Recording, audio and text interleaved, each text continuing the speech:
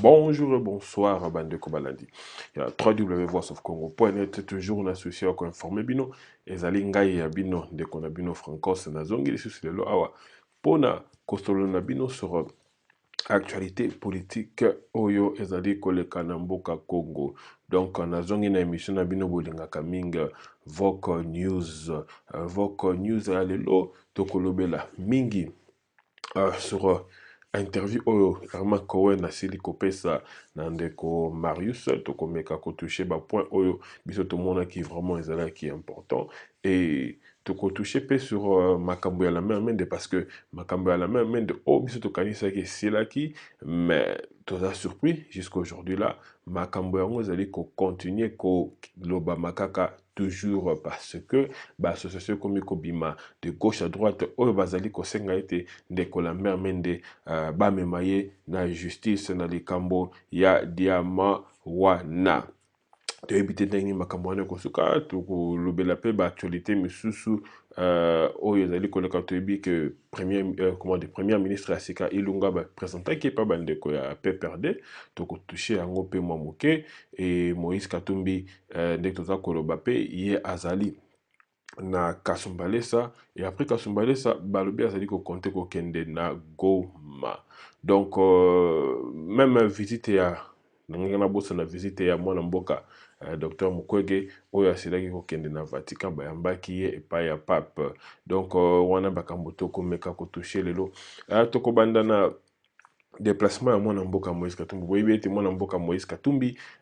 depuis azongaki na mboka Congo azali kosala tournée denga lobaki ya kosala tournée pona kokende ko remercier ba peuple congolais et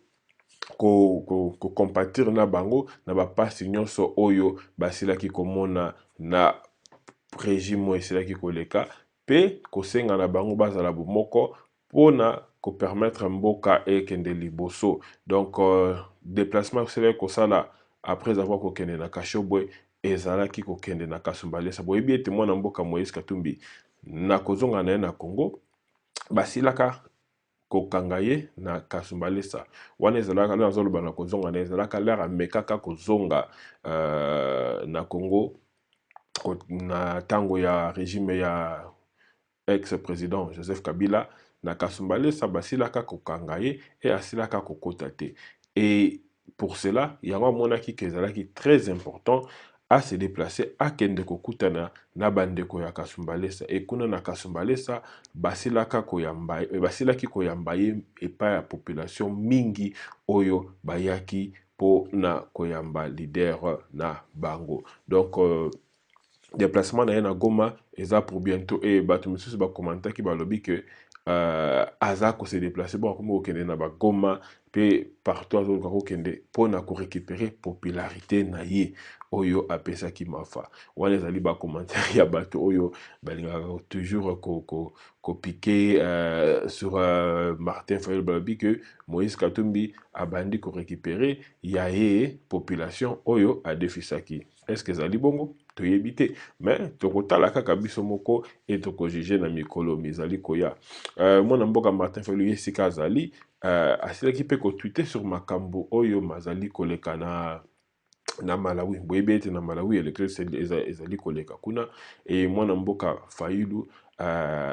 alobaki que azo constater que fraude eza koleka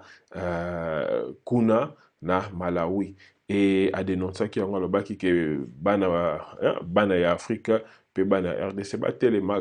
pona ko combattre makambo wana parce que pona ye Afrique et ko kende liboso te soki tozo continuer ko sala lolenge tozali ko sala wana na ko permetaka que ba vérité des urnes et zala ndenge elongo banité yango wana na ba commentaire na ye bandeko mingi ba registre balobi ah ye mwana mboka mafa atiki makambo ya RDC akomi jusqu'au luka vérité des urnes na Malawi ba misusu ko tupona ko sekisa balobaki que vaut mieux organiser kaka organisation ya vérité des urnes d'Afrique pona ko kendaka ko réclamaka ba résultat ya vérité des urnes na ba élection to banda ko salama na Afrique. Donc, on est allé pour animer un peu émission mais toujours une actualité sérieuse awa donc nde na sili koloba mwana mboka Moïse Katumbi ye aza na déplacement na kati ya Congo mpona ko remercier population pe ko encourager cohésion nationale oyo a prometaki biso et côté ya cache président Fachi aza en déplacement akendaki na Afrique du Sud akomaki kuna na Afrique du Sud hier vendredi pour participer à investiture ya président Cyril Ramaphosa. Donc investiture ya président Cyril Ramaphosa et kozala lelo samedi le 25 mai na Afrique du Sud. Donc président Félix Yé côté wana azakuna mwana mboka Docteur Mukwege yé aza na Vatican et na Vatican c'est là kokuta na pape mais après sorti na na Vatican asila peut kozwa position et na maloba na ye asila ki koloba boye ça ne sert à rien de continuer à faire de palabres. Je crois qu'il faut travailler et on jugera sur le travail. Donc asila koloba directement na président Fachi que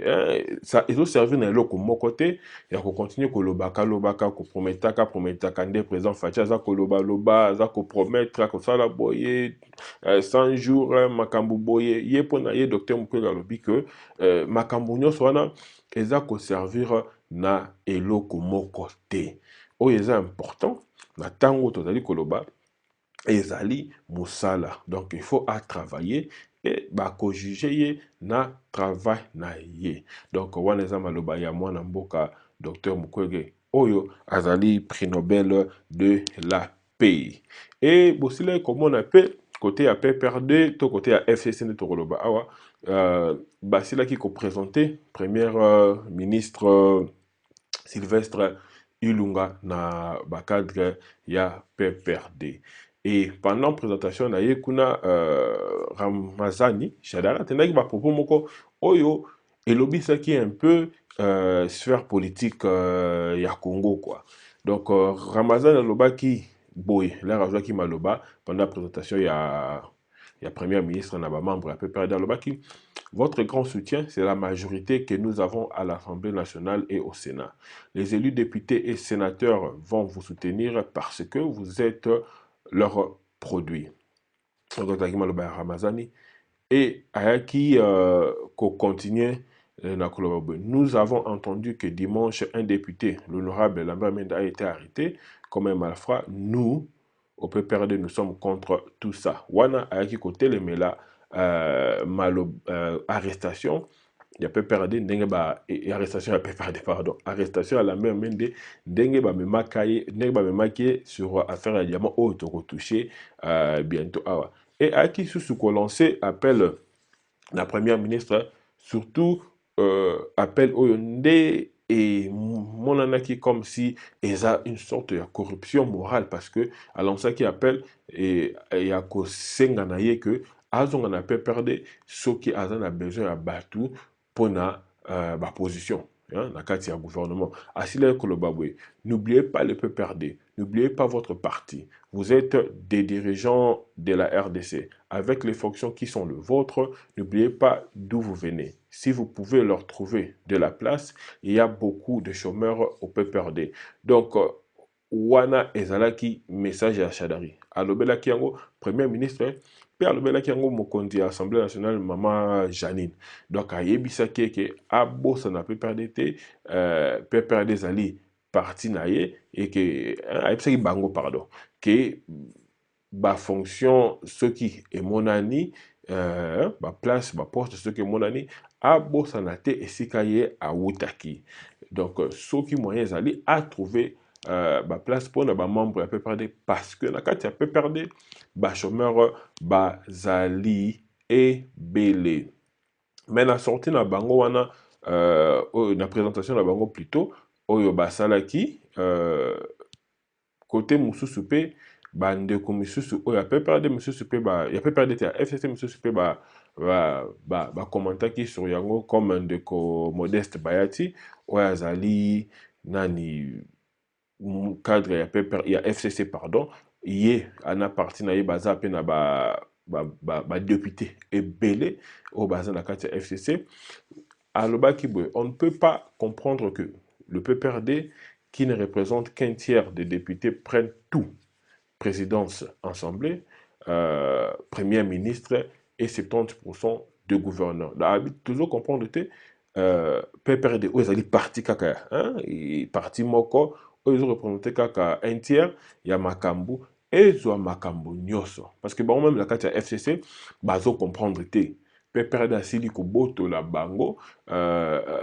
pouvoir nyoso na bango moko kuna. Parce que kuna, tout ça, ba parti, ba ADD, ba ADC, ba parti, tout boyo kakiwana, oyo bazwa ki pe ba député belé. Oyo lelo, grâce na bango, FCC ebimi majorité na kati ya ensemble. Mais na kati wana ba parti wana nyonso ba yana ba député belé,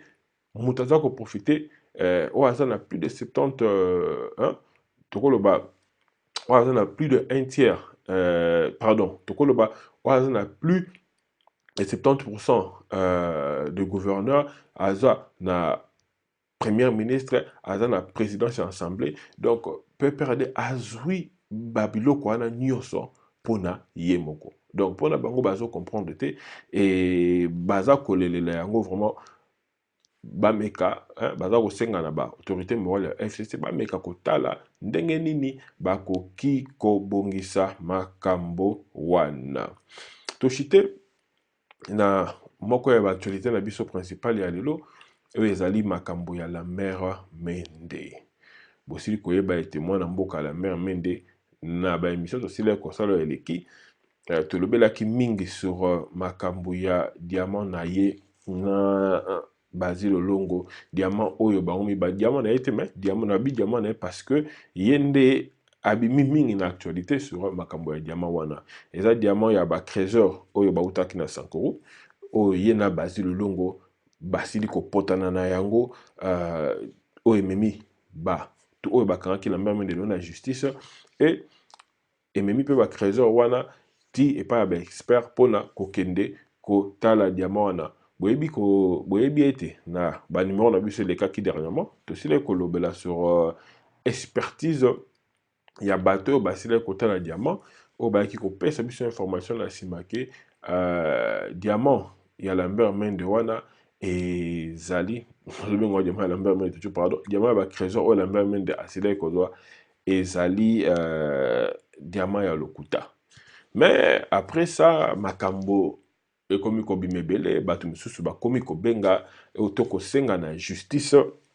ekanga la mère Mende ba kende na ye po azala justice na ndenge asilaki komembela masolo yango. Mais bandeko na biso ya interview sele bango basili kobimisa makambo mosusu na nsima selon site ya information interview CD bango baza koloba que Lambert Mende hein, na Basile Longo confie na bango eza depuis makambo ya ba élection ya gouvernement ndenge na expliquaka bino la dernière fois mais bake na profondeur pona koloba que et sukaki kaka wana te parce que selon ba source na bango Basile Longo a recrutaka na kati ya parti ya Lambert Mende et Lambert Mende a sepelaka te et Basile Longo lora kendaka na Sankuru délégation à Basile Longo ezalaka attaqué. Donc baza attaqué, ezalaka attaqué physiquement boy et na kati ya bato ba attaquaki wana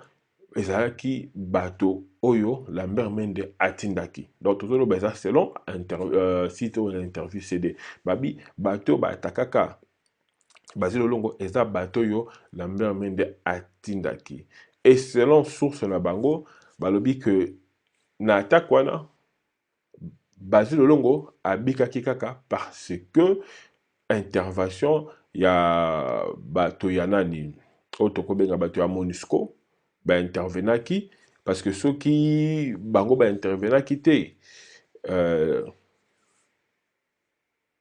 ceux qui bango ba intervenaki te pardon na ndenge na parce que ça otanga information wana ceux qui bango ba intervenaki te même Basile Longo peut-être vi na yepe elingaki ezala touché balobi que bato mingi ba bikaki na attaque wana à cause ya intervention ya MONUSCO yango wana mais na kati pe bato misusu pe basila kokufa yango wana nanani ndeko Basil Olongo ye azoluka ko se venger sur likambo wana yango boza komona bagissement na ye na ndenge azali ko s'attaquer na la main mende na ndenge pe asilaka ko boya candidature unique pe ya Lambert Mende. Mais en même temps ba pression pe ezali kokoma et côté ya Assemblée nationale boza toseli komona mokonzi de l'Assemblée nationale Maman Janine ye asila ko tia pression sur a convoquer qui d'abord ndeko Basile pour ya ko s'expliquer et ndeko monsieur tu as peur de so tia pe pression pour être ndeko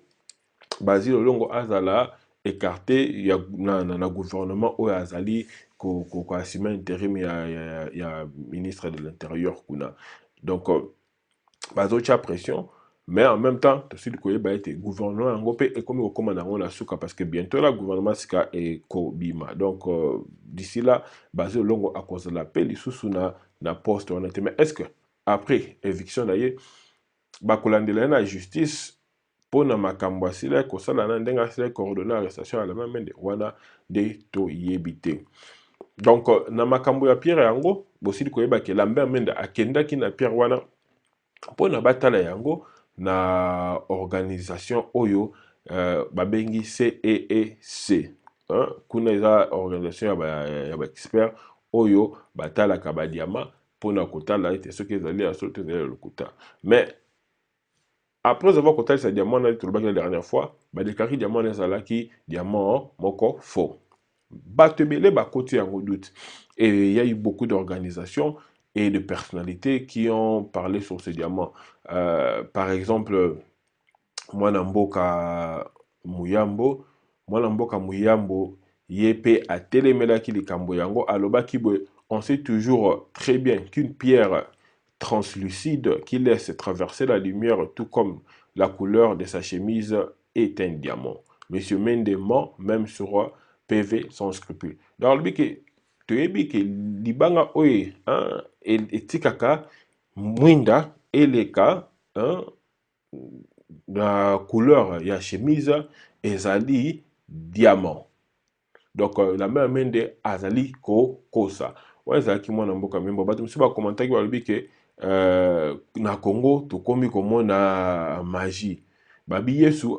balolaki mapa na vino mais diamant mende et la même mende pardon a baloli diamant et comme nango libanga normal. Et association oyo babengi ACAJ ezali ONG, l'association congolaise pour l'accès à la justice, bango bazalaki scandalisé na procès verbal oyo la même nasila ko bimisa pour na ko prouver d'abord que diamant wana ezalaki faux.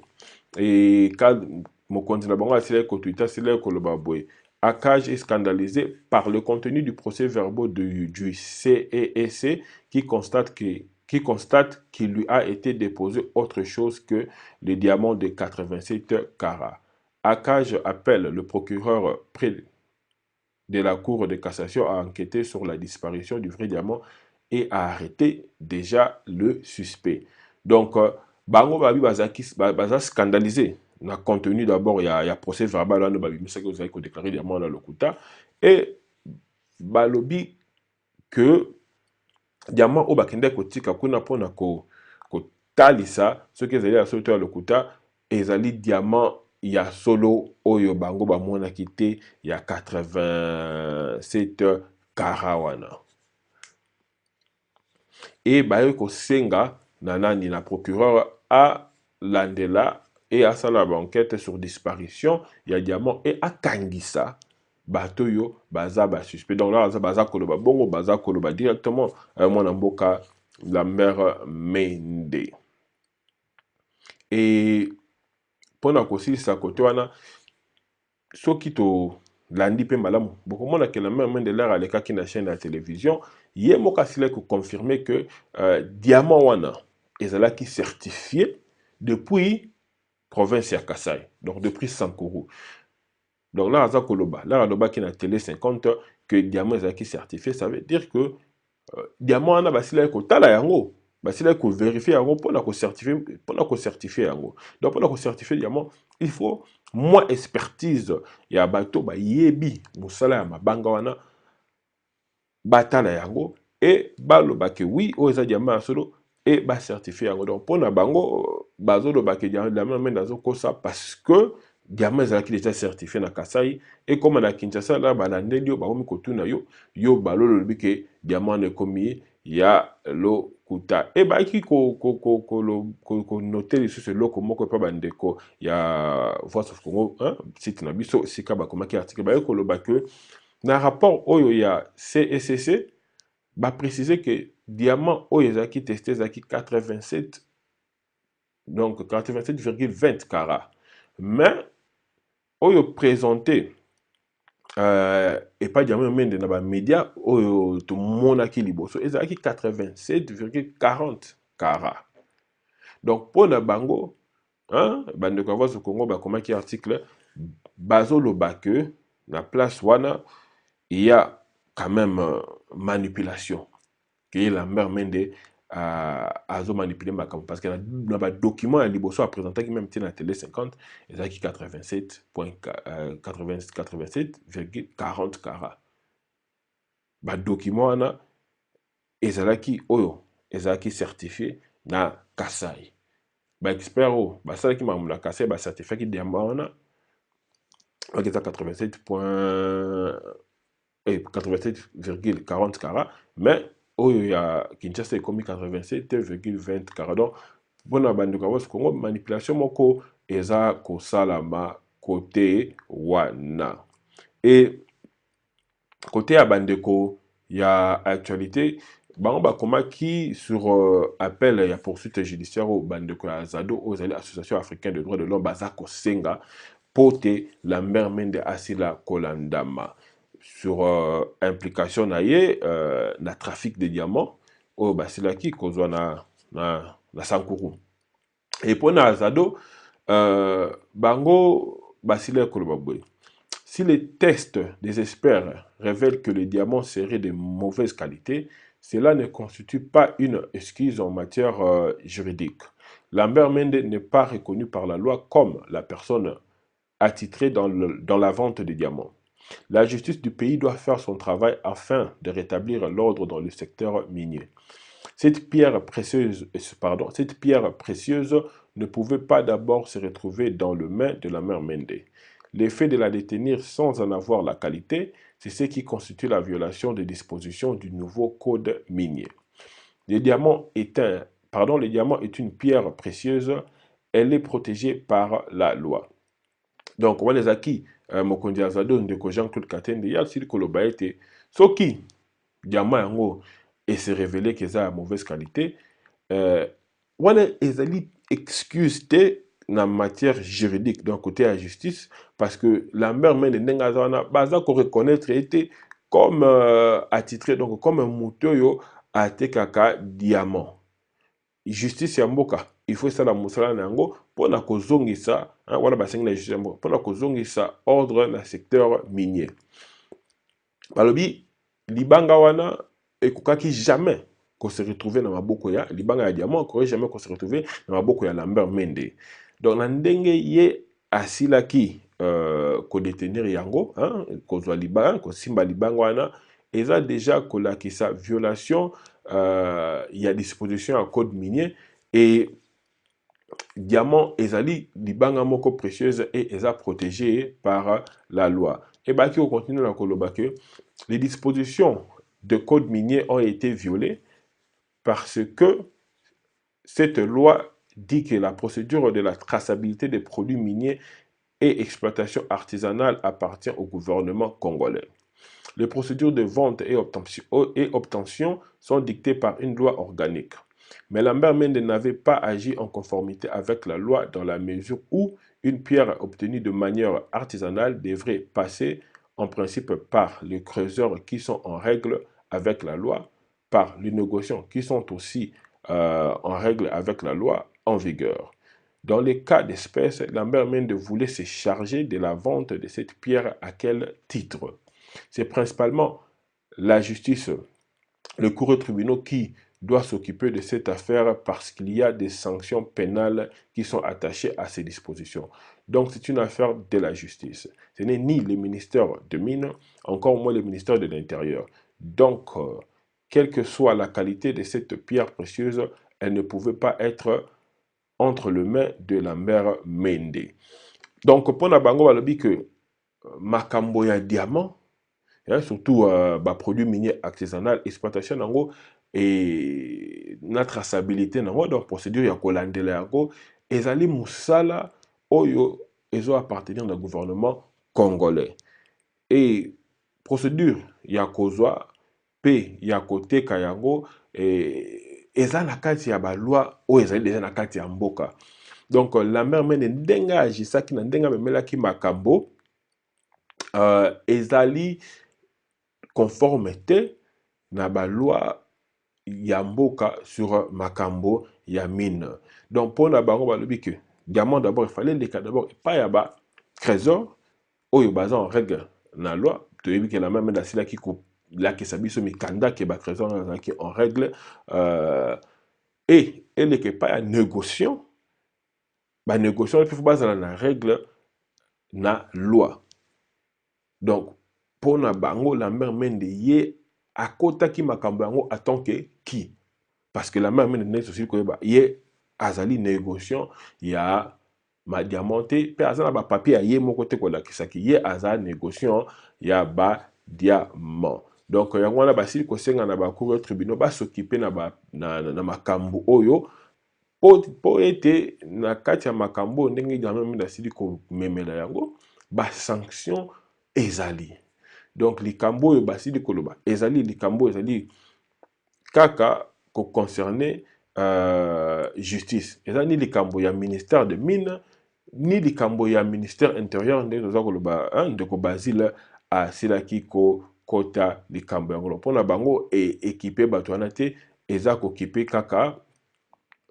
nini justice ya pamba. Et même ONG à part ACAJ na bandeko ya Zado, ONG ya voix de sans voix bango pe ba condamnaki interpellation ya la mère Mende ndenge ezalaki un peu mbutu mais basili pe kosenga ete likambo oyo basila kolandela yango malamu parce que pona bango makambo ya diamant o ndenge za kokende la mère Mende amemaki yango na ndenge elongo bani pe te. Donc likambo ya diamant ezo continuer ko faire couler ba encre tokotala suka parce que ba pression ndenge komi kokota tokotala na suka awa soki Lambert Mende ako s'en sortir to ako s'en sortir te to soki Basile esika ye pas azali ako s'en sortir to ako s'en sortir te. Même association ONG nde asili ko ba voix de sans voix bango nde basi bango basile koloba boye baye koloba malobola bango ezalaki la VSV donc voilà qui s'y voit de sans voix rappelle aux autorités congolaises détentrices d'immenses et innombrables immunités recherchées coûte que coûte y compris à travers les élections frauduleuses et à coup de corruption que ces immunités ne doivent pas être à tout bout de champ évoquées pour couvrir les antivaleurs. Les honorables parlementaires doivent réellement vivre et veiller à l'honorabilité de leurs fonctions en évitant toute compromission et tout comportement répréhensible. Car on dit que na makambo ya diamant, bango pe baza na position na balobi je basili koloba que immunité protégeaka, ba député, il faut pas servir bango na kusala ka makambo ya mabe. Donc bango pendenge bazawana il faut éviter ba compromission tout ba comportement moko ya mabe. Donc c'est un peu ça sur le cas ya diamant. Donc côté sikoyo na